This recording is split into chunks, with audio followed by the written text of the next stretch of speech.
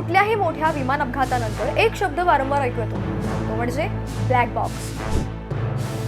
अपघात कसा झाला, पायलटने शेवटच्या क्षणी काय केलं, विमानात नेमकं काय बिघडलं, या सगळ्या प्रश्नांची उत्तरं शोधण्यासाठी तपास यंत्रणा सर्वप्रथम ब्लॅक बॉक्सचा शोध घेतात. पण हा ब्लॅक बॉक्स नेमका असतो तरी काय, तो काम कसं करतो आणि तो खरोखरच कधीच नष्ट होत नाही का, हे सगळं जाणून घेऊयात आजच्या इंटरेस्टिंग फॅक्ट्समध्ये. ब्लॅक बॉक्स म्हणजे विमानात बसवलेलं फ्लाईट रेकॉर्डर.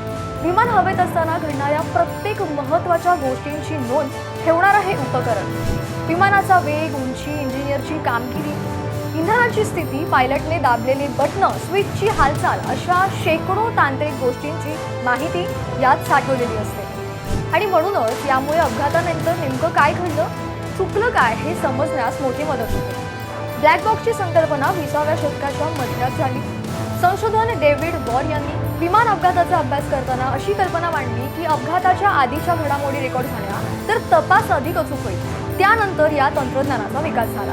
1960 साली ऑस्ट्रेलियात प्रथमच विमानात फ्लाईट रेकॉर्डर बसवण्यात आलं. भारतात 2005 पासून सर्व विमानांमध्ये ब्लॅक बॉक्स असणं बंधनकारक करण्यात आलं. ब्लॅक बॉक्सचे दोन प्रमुख भाग असतात. पहिला म्हणजे डिजिटल फ्लाईट डेटा रेकॉर्डर, ज्याला म्हणतात DFDR.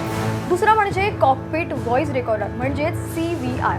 Digital flight data recorder म्हणजेच FDR हा विमानातील विविध सिस्टीममधील माहिती गोळा करते. विमानाच्या वेगवेगळ्या भागांमध्ये बसवलेलं सेन्सर्स या यंत्रणेशी जोडलेले असतात.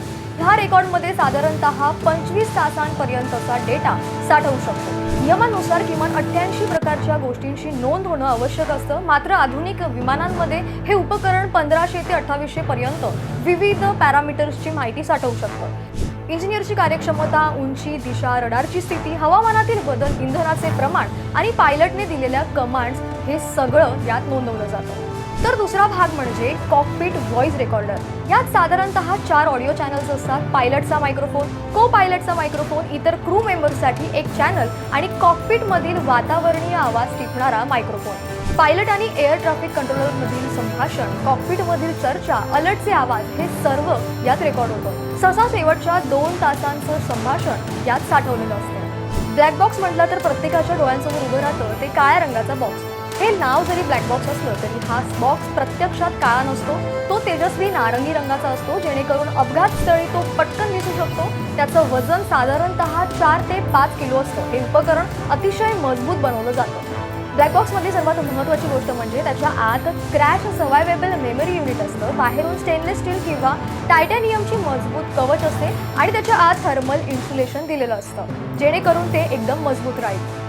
तर मला विमान अपघात हा कसा होईल माहिती नाही, त्यामुळे जर विमान अपघातानंतर आग लागल्यास हे युनिट सुमारे 1100 अंश सेल्सिअस तापमानात जवळपास तासभर सहन करू शकतं. जर समुद्रात विमान कोसळलं असेल तर सुमारे 6000 मीटर खोल पाण्याच्या दाबालाही हे तोंड देऊ शकतं. तसेच 3400 G-फोर्स इतका जबरदस्त अपघातही सहन करण्याची त्याची क्षमता असते. याशिवाय त्यावर अंडर वॉटर लोकेटर बीकन बसवलेलं असतं, जे पाण्यात गेल्यानंतर सुमारे 90 दिवस सिग्नल पाठवतं. त्यामुळे शोध मोहिमेला मदत होते. तर हा ब्लॅक बॉक्स नेमका असतो कुठे?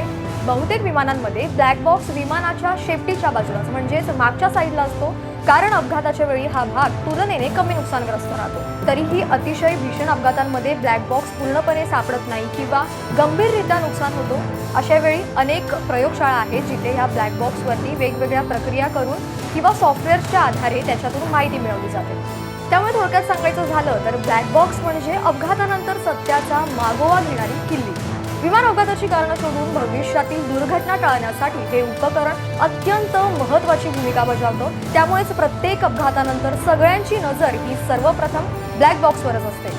अशाच माहितीपूर्ण गोष्टींसाठी पाहत रहा माय महानगर लाईव्ह.